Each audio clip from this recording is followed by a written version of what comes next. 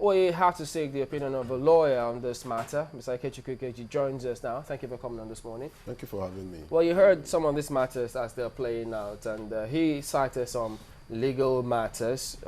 What's your thought on it? Well, my first thought on it is that you can't force a willing employee on an unwilling employer. However, that principle has exceptions. Those exceptions include where the employment has statutory flavor, that is to say, like public servants, like you found in the University of Ilorin matter. And second exception is where there is contractual employment. The terms of the contract ought to be adhered to. The third one is where equity comes into play, where it is equitable that an employer cannot terminate the employment of an employee. Then equity will come in and stop that termination. So, bearing reference to the particular this particular issue with Mainstreet Bank, I think that the main cross, the fulcrum of the entire imbroglio, centers on this collective agreement that they had with the management of the bank. Now, generally speaking, where there is collective agreement, parties are bound, in spite of anything to the contrary, to observe the terms of the collective agreement. Collective agreement is very acceptable within the law, within the legal profession. And I hear that the collective agreement, the terms of the collective agreement include that they would have to be paid redundancy and gratuity benefits. Now, the question arises as to who is to pay these benefits? Is it Mainstreet Bank or Afribank as it then was?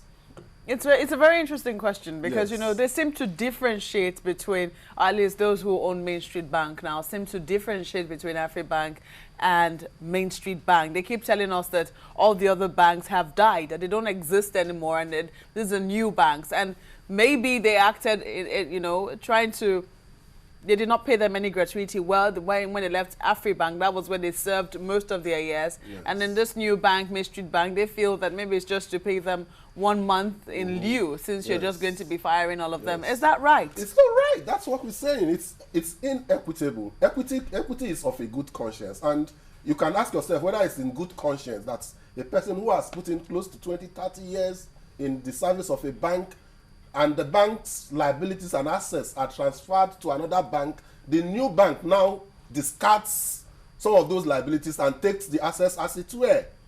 In that respect, throwing away as it were all of the 20, 30 years that a person has put into the bank. So, and that is where the problem lies. Is that legally speaking or morally speaking? Because no, equity is law. Okay. Equity is law. It goes beyond morals. Equity is law. Where law fails to address hardships, equity comes in.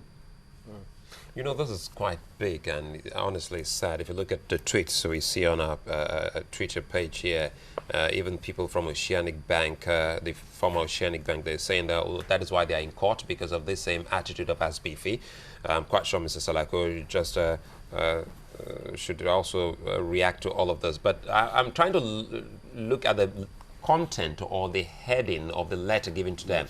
You know, they say it was termination, and they want it to be reversed to something maybe services no longer required. In law, what's the difference between when you say terminology? Yes. Terminate someone. There's something wrong with the word termination. Termination simply means bringing to an end in law. It is just normal grammatical expression. However, in administrative procedures, in an official procedure, you need to pass through some processes before you terminate. In other words, there ought to be certain verifiable and cogent reasons for you to terminate. Yeah. And if you find some of those reasons, there will be the need, for example, to say you are warned, or you have this query before you. That's what they furnished us with that. In fact, let me read it out. Yes. It says, kindly note, gentlemen, that Article 4, subsection 2, paragraph A of the collective agreement stipulates termination of employees' appointment only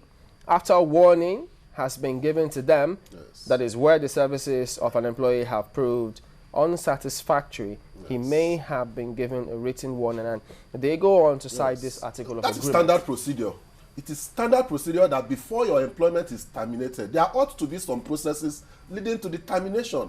You don't wake up one day and terminate somebody's employment just for the sake of termination, especially in this kind of complicated, intricate situation where there's a purchase and assumption of both liabilities and assets.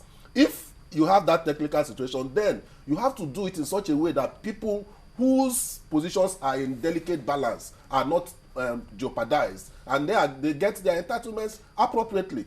Now, I was told that they were paid 50,000 naira or less. Yes, each $300. That's what they say. My question to the management of the bank is: does 50,000 naira or less represent their monthly payment? Because we all know that if you are paying somebody in lieu of notice, for example, you have to pay him the entitlement of his monthly salary. For example, that means that if, for example, he is not accepting payment, he has to work for 1 month and he'll be entitled to every benefit that he's entitled to for that 1 month. Now, in lieu should mean that it has to be equivalent of the sum that he is entitled to where he has been laid off. Why do you think that there is this controversy over who should pay? I mean, it is Mainstreet Bank who is laying its workers off. Isn't it the person to pay the workers? I don't think that there ought to be any controversy. They are just playing on people's intelligence.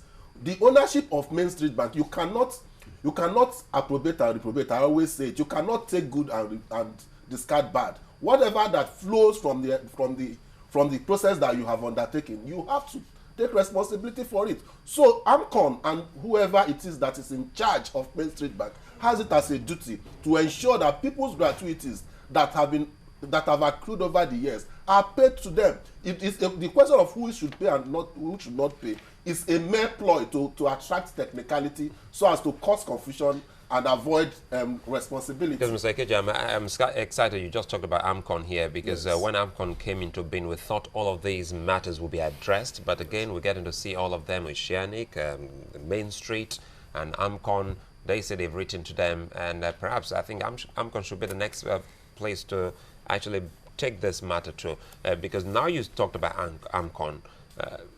They were bridge banks. Yes. That was the story we got then, and yes, whatever that means. But by now, we thought the management, as Mark rightly puts it, have actually inherited whatever. If you have inherited a bank, then definitely you must have inherited these same people. Exactly. And in any case, these same people worked with them for some time, yes, before they were asked to leave. Exactly. So do they have a case if they take this to court?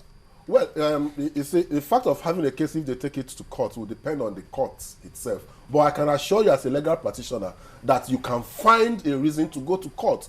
It will be very, very interesting to see the reaction of the court to these issues. In fact, if I were asked to give my legal opinion, I would say that there is nothing wrong at all in testing the matter in court, because there are several issues that you can argue, and you ask questions as to what will be the outcome if you are put in the shoes of these people, and you are asked to say, would you take it if you are treated this way? In such situations, maybe a judge may decide that yes, it is inequitable.